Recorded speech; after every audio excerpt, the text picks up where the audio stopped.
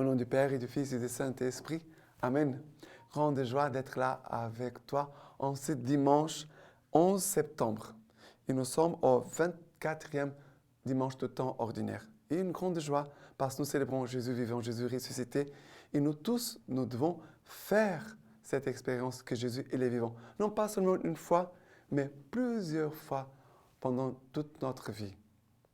Nous avons besoin, nous tous, de faire des expériences avec Jésus. Que Jésus nous parle, Jésus est venu à notre rencontre, Jésus nous a parlé, Jésus nous a donné telle grâce, Jésus a fait telle chose pour nous, pour que notre amour puisse aussi grandir aussi envers lui.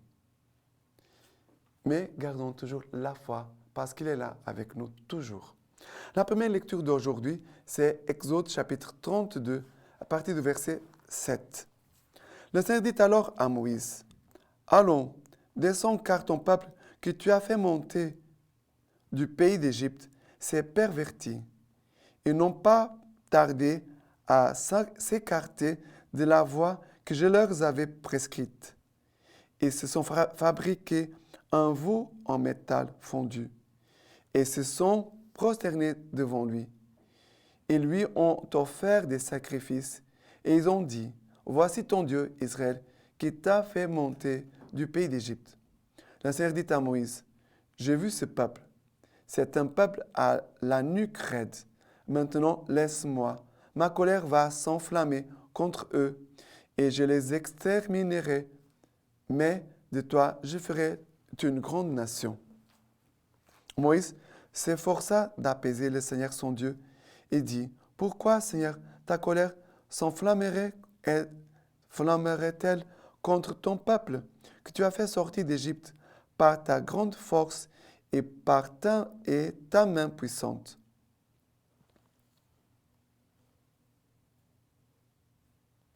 Et après, verset 13. « Souviens-toi de tes serviteurs Abraham, Isaac et Israël, à qui tu as juré par toi-même et à qui tu as dit, « Je multiplierai votre postérité comme les étoiles du ciel. À tous ces pays dont je vous ai parlé, je donnerai à vos descendants, je le donnerai à vos descendants, et il sera leur héritage à jamais. » Le Seigneur renonça à faire le mal dont il avait menacé son peuple. Mais qu'est-ce qui se passe ici? C'est le peuple qui a oublié Dieu. Dieu les a enlevés de l'esclavage d'Égypte. Ça a été un signe extraordinaire, un miracle immense. Inouï. Et maintenant, tout de suite, ils ont oublié. Ils vont fabriquer un veau en métal fondu. Ils vont se prosterner en adoration devant un idole. Ils vont offrir des sacrifices. Et ils disaient, « Voici ton Dieu, Israël, qui t'a fait monter du pays d'Égypte. » Ça veut dire que les gens, les personnes, très rapidement oublient Dieu. Très rapidement. C'est pour cela qu'il faut continuellement faire mémoire des bienfaits de Dieu. C'est pour cela qu'il faut aussi la lecture divine chaque jour. Aider les gens à faire la lecture divine, à écouter la parole de Dieu, à faire mémoire des bienfaits de Dieu, à adorer Jésus, à vivre bien l'Eucharistie, à connaître Dieu, à avoir une amitié avec Dieu. Ceux qui aiment Dieu, ça veut dire qu'ils sont ceux qui ont une amitié avec Dieu. Ils marchent, ils connaissent Dieu. Ils voient la présence de Dieu. Ils ne vont pas abandonner Dieu. Et après, Dieu est vraiment blessé par ces péchés graves de son peuple.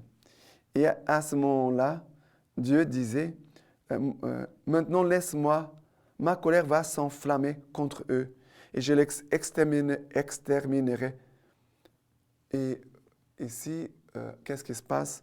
Moïse va dire, « Seigneur, mais pourquoi? » Il dit, « Pourquoi ta colère s'enflammerait-elle contre ton peuple que tu as fait sortir d'Égypte par ta grande force et par ta main puissante? » Mais c'est pourquoi tu vas faire cela? Qu'est-ce que Moïse dit? C'est ton peuple, Seigneur. Ce sont tes enfants. Ils sont difficiles, ils sont rebelles, mais ce sont tes enfants. Seigneur, ils t'appartiennent. Et après, qu'est-ce qu'il va dire encore, Moïse? Souviens-toi de tes serviteurs Abraham, Isaac, Israël. Ça veut dire, Moïse va faire mémoire des promesses de Dieu. Seigneur, tu les as choisis. Tu as juré par toi-même. Tu as dit, je multiplierai votre postérité comme les étoiles du ciel. Et tous ces pays dont je vous ai parlé, je les donnerai à vos descendants. Et il sera leur héritage. Seigneur, tu avais promis une terre, une postérité. Mais comment tu vas faire ça? Tu vas tout détruire? Ce n'est pas possible, Seigneur. Tu ne peux pas revenir en arrière. Parce que tu es le Dieu fidèle. Tu es le Dieu bon. Tu es le Dieu miséricordieux. Et à ce moment-là, Dieu est touché par Moïse. Dieu est touché par une personne. Et à cause de cette personne qui prie et intercède pour tout le peuple, Dieu laisse tout tomber. Voilà la force de l'intercession et aussi d'un cœur qui aime Dieu. Un cœur qui aime Dieu peut aussi toucher le cœur de Dieu. Maintenant, le psaume d'aujourd'hui, c'est le psaume 51. 3, 4, 12, 13, 17 et 19. Pitié pour moi, Dieu, en ta bonté, en ta grande tendresse, efface mon péché. Lave-moi tout entier de mon mal et de ma faute, purifie-moi. Dieu, crée pour moi un cœur pur. Restaure en ma poitrine un esprit ferme. Ne me repousse pas loin de ta face. Ne m'enlève pas ton esprit de sainteté. Seigneur, ouvre mes lèvres et ma bouche publiera ta louange. Le sacrifice à Dieu, c'est un esprit brisé, un cœur brisé, broyé. Dieu, tu n'as point de mépris. Alors, ici, c'est écrit, Seigneur, ne me repousse pas loin de ta face. Moi, je suis un homme pécheur, mais ne me repousse pas loin de ta face. Garde-moi, Seigneur, contre toi. Ça, c'est l'homme qui a conscience de son péché, qui a conscience de la sainteté de Dieu, mais qui dit, Seigneur, ne me repousse pas. Je sais que je ne suis pas encore saint comme tu voudrais, mais j'ai besoin de toi, Seigneur. Si je suis loin de toi, c'est encore pire. C'est une attitude, beaucoup d'humilité et d'une grande foi. Et après, Seigneur, ouvre mes lèvres et ma bouche publiera ta louange. Ça veut dire de publier les louanges, de publier les merveilles de Dieu, de publier les promesses que Dieu a fait. Dieu a fait à son Église, à son peuple. Et aussi, ouvre mes lèvres pour parler, pour prier, pour être avec toi, Seigneur. Ouvre non pas seulement mes lèvres, ouvre mon cœur, ouvre mon intelligence, ouvre tout ce que je suis, pour que je puisse vraiment laisser ta lumière pénétrer au plus profond de moi. Et maintenant, la deuxième lecture d'aujourd'hui, c'est 1 Timothée, chapitre 1er, verset 12. Je rends grâce à celui qui m'a donné la force, le Christ Jésus, notre Seigneur, qui m'a jugé assez fidèle pour m'appeler à son service. Moi, naguère un blasphémateur, un persécuteur, un insulteur, mais il m'a été fait miséricorde parce que j'agissais par ignorance, étranger à la foi. Et la grâce de notre Seigneur a surabondé avec la foi et la charité qui est dans le Christ Jésus. Elle est sûre, cette parole est digne d'une entière créance. Le Christ Jésus est venu dans le monde pour sauver les pécheurs, dont je suis moi le premier. Et s'il m'a été fait miséricorde, c'est pour qu'en moi, le premier, Jésus-Christ manifesta toute sa patience, faisant de moi un exemple pour ceux qui doivent croire en lui, en vue de la vie éternelle. Au roi des siècles, Dieu incorruptible, invisible, unique, honneur et gloire dans les siècles des siècles. Amen. Et Paul dit, je rends grâce à Dieu qui m'a donné force. Dieu veut te donner force. Et aussi, Dieu veut te appeler à son service. Dieu te donne force et aussi t'appelle à son service. Et Paul va avoir une attitude très humble. J'étais un blasphémateur, un persécuteur, un insulteur. Mais Dieu m'a fait miséricorde. Comme Dieu m'a fait miséricorde, Dieu m'a pardonné. Alors, je dois manifester la miséricorde aussi aux autres. Je dois manifester la miséricorde que Dieu m'a fait à moi. Je dois la manifester aux autres. Il y a des gens qui veulent recevoir la miséricorde, mais pour les autres, ils vont les taper, ils vont les frapper, ils vont les punir. Ils vont... Oh mon Dieu, quelle catastrophe! Mais est-ce que c'est cela que Dieu a fait avec toi? C'est comme cela que Dieu te traite? Non. La façon dont Dieu agit envers moi, envers toi, nous devons demander, c'est la même grâce, pour exercer la même attitude envers les autres. Et Paul va dire, il dit, et la grâce de notre Seigneur a surabondé avec la foi et la charité qui est dans le Christ Jésus. Qu'est-ce que le Seigneur attend de nous? Que nous puissions communiquer cette grâce, cette surabondance de grâce, de foi et de charité qui est dans le Christ Jésus. Surabondance de grâce, de foi et de charité.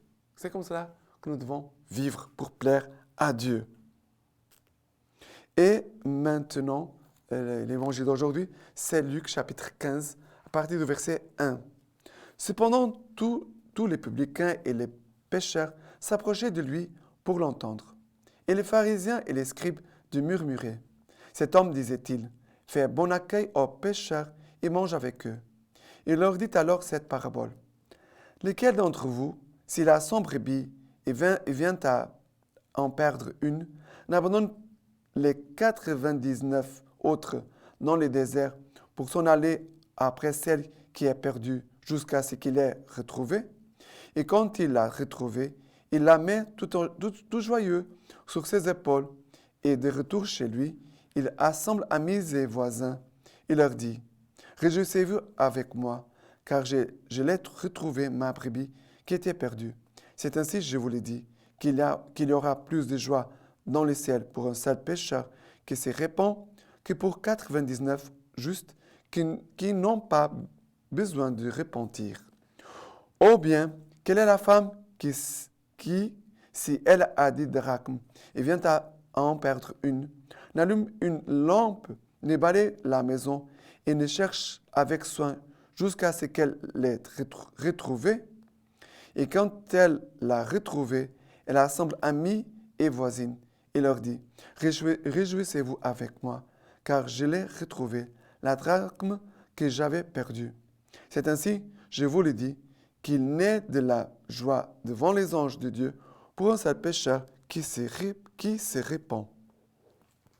Il dit alors, un homme avait 2 fils. Le plus jeune dit à son père, « Père, donne-moi la part de fortune qui me revient. » Et le père leur partagea son bien. Peu de jours après, rassemblant tout son bien, le plus jeune fils partit pour un pays lointain, et il dissipa son bien en vivant dans l'inconduite. Quand il eut tout dépensé, une famine sévère survint en cette contrée, et il commença à sentir la privation. Il alla se mettre au service d'un des habitants de cette contrée, qu'il envoya dans ses champs garder des cochons. Il aurait bien voulu se remplir le ventre de caroubes qui mangeaient les cochons, mais personne ne lui en donnait. Rentrant alors en lui-même, il s'est dit, « Combien de mercenaires de mon père ont du pain en surabondance, et moi, je suis ici à périr de faim.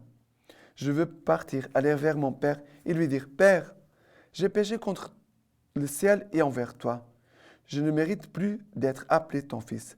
Traite-moi comme l'un de tes mercenaires. » Il partit donc et s'en alla vers son père. Tandis qu'il était encore loin, son père l'aperçut et fut pris de pitié. Il courut se jeter à son cou et l'embrassa tendrement. Le fils alors lui dit, « Père, j'ai péché contre le ciel et envers toi. Je ne mérite plus d'être appelé ton fils. » Mais le père dit à ses serviteurs, « Vite, apportez la plus belle robe et l'en revêtez. Mettez-lui un anneau au doigt et des chaussures aux pieds. Amenez le veau gras, tuez-le, mangeons et festoyons. Car mon fils, qui voilà, était mort et il est revenu à la vie. Il était perdu et il est retrouvé. » Ils se mirent à festoyer. Son fils aîné était au champ. Quand à son retour, il fut près de la maison, il entendit la musique et des fêtes, des danses. Appelant un de ses serviteurs, il s'enquérit de ce que cela pouvait bien être. Celui-ci lui dit, « C'est ton frère qui est arrivé, et ton père a tué le veau gras parce qu'il l'a retrouvé en bonne santé. » Il se mit alors en colère, et il refusait d'entrer. Son père sortit, l'en priait. Mais il répondit à son père, « Voilà tant d'années que je sers sans avoir jamais transgressé une seule de tes ordres. Et jamais tu ne m'as donné un chevreau à moi pour festoyer avec mes amis. Et puis ton fils, qui voici revient-il, après avoir dévoré ton bien avec des prostituées, tu fais tuer pour lui le veau gras. » Mais le père lui dit, « Toi, mon enfant, tu es toujours avec moi, et tout ce qui est à moi est à toi. Mais il fallait bien festoyer et se réjouir, puisque ton frère qui voilà était mort, et il est revenu à la vie.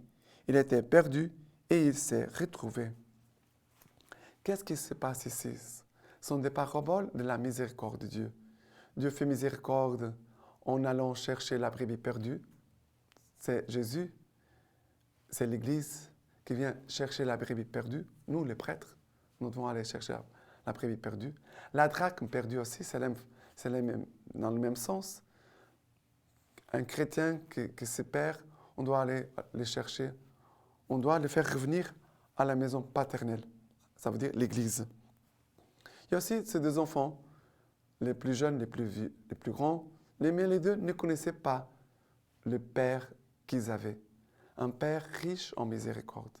C'est le papa, c'est Dieu riche en miséricorde, qui fait miséricorde au plus petit, qui l'accueille et qui le pardonne et va faire une fête. Mais aussi le papa, qui fait miséricorde au plus grand, va le chercher, va l'inviter à entrer et va lui dire, « Mon enfant, tout ce qui est à moi est à toi. » Voilà les trésors du cœur de Dieu, de notre Père qu'il veut nous donner.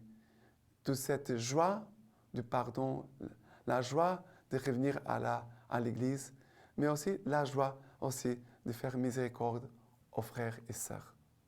L'aîné n'a pas voulu entrer, mais j'espère qu'après, il s'est repenti et après, il est revenu pour festoyer avec son père et son frère. La lecture patristique d'aujourd'hui de Saint Augustin. Toute notre espérance est dans le Christ, et toute notre gloire véritable et salutaire, c'est lui-même. Ce n'est pas la première fois que votre charité reçoit cet enseignement, car vous êtes dans le troupeau de celui qui veille sur Israël, comme son berger.